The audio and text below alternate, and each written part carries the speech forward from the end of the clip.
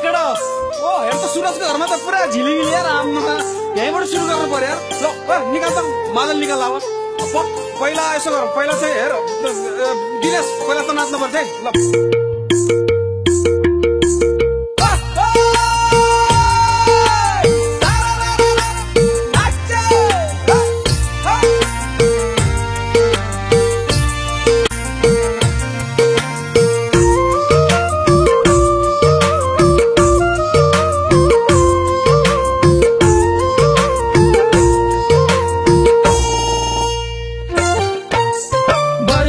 दिनको देउसी भैलो गाउन साथी हो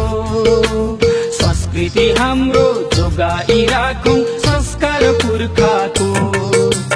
वर्षमा दिनको देउसी भैलो गाउन साथी हो संस्कृति हाम्रो जोगाई राखौं संस्कार पुर्खाको संस्कृति हाम्रो जोगाई राखौं संस्कार पुर्खाको